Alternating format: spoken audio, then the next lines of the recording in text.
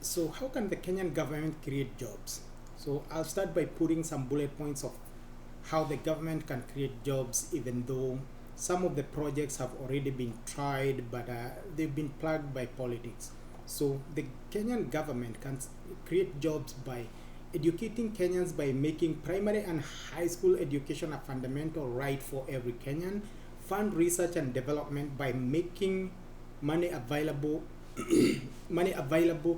for research organization and companies that would like to perform scientific research, and this will put Kenya onto the world map.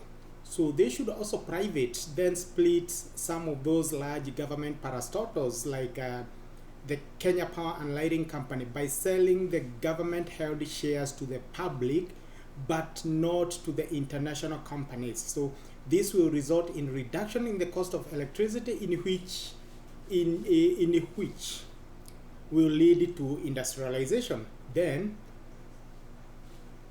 they can start researching on alternative energy sources, but do not go nuclear, since the first world countries like the United States, Japan, Germany, UK, and Russia, they are struggling with the nuclear waste. So nuclear disasters are catastrophic, as witnessed in the Chernobyl nuclear plant in the Ukraine and the Fukushima nuclear disaster in Japan. So geothermal power and solar are the way, since they are environmentally friendly and they are abundant in Kenya, since we always have 12 hours of sunlight all year round. So we can also have the government buy local.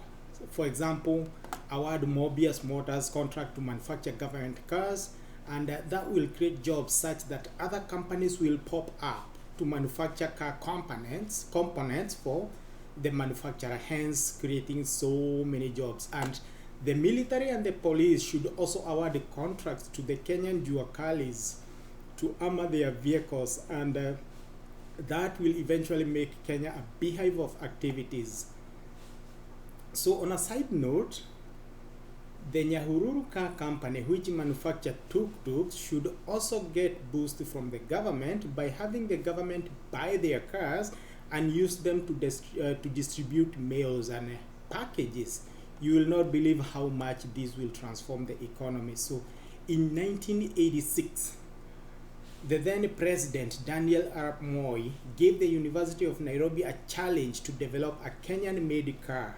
He was inspired by Singapore when they manufactured their own first car. So the government brought together engineers from the Kenya Railways Garage, the Kenya Polytechnic, the military, and the University of Nairobi to build the very first Kenyan-made car. And they delivered, except the car was too heavy to move. So 5 prototypes were named Pioneer cars, that is Pioneer 1 to 5, and they led to formation of the Nyayo Motors Corporation. Amazingly, all parts were sourced, fabricated, machined, and casted locally, except the carburetor, which was sourced from, I think, Germany. So you might be asking yourself, how did this project die? So the then minister, Nicholas B. Watt, learned about the project, and since he had not been consulted, he demanded to see the cars.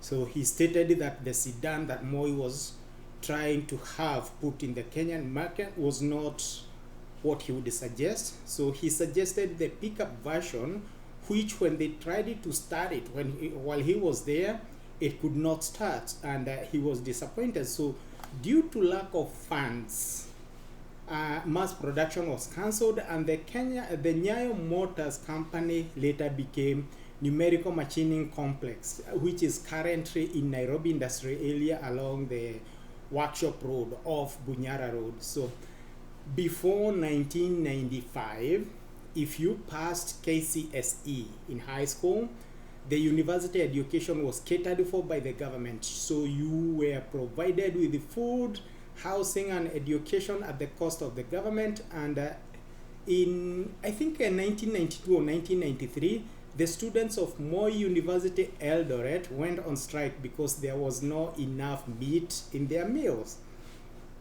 The parliament reacted by enacting a law, and they passed the chapter 213A, forming the Higher Education Laws Board in 1995. So in which there will be no free education, no free food in the public universities anymore. So HELB was established to loan students money in the course of their studies, so you could eat as much meat as you want as long as you can afford it. So during my time in Egerton University, the semester was divided into 3 meal cycles, around 1 month long each cycle. So the first month you could afford it to eat chicken, then you start running low on cash. Towards the second month, you eat the chicken products, that is the eggs, and towards the end of the semester, you were eating like a chicken. I mean, you eat what the chicken eats. So HELB was a brilliant idea, since almost every student I know of in the university was a beneficiary of the HELB loan.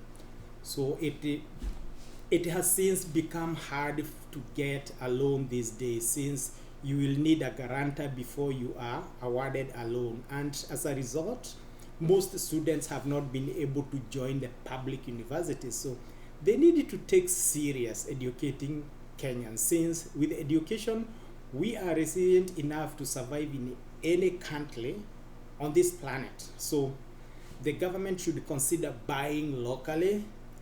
All those government cars that we see driving around should have been purchased from, let's say, the Mobius Motors, in order to promote innovation. So this is how the United States government operates. So they are not the barometer of what is right, but I think by buying locally, they have always done a good job in supporting local companies. So the DOD has the largest budget in this country, and almost all the research products, for instance, the GPS system was developed from the military. But in 1991, President Clinton signed into law to make the system available to the public. So Kenyan armored car should be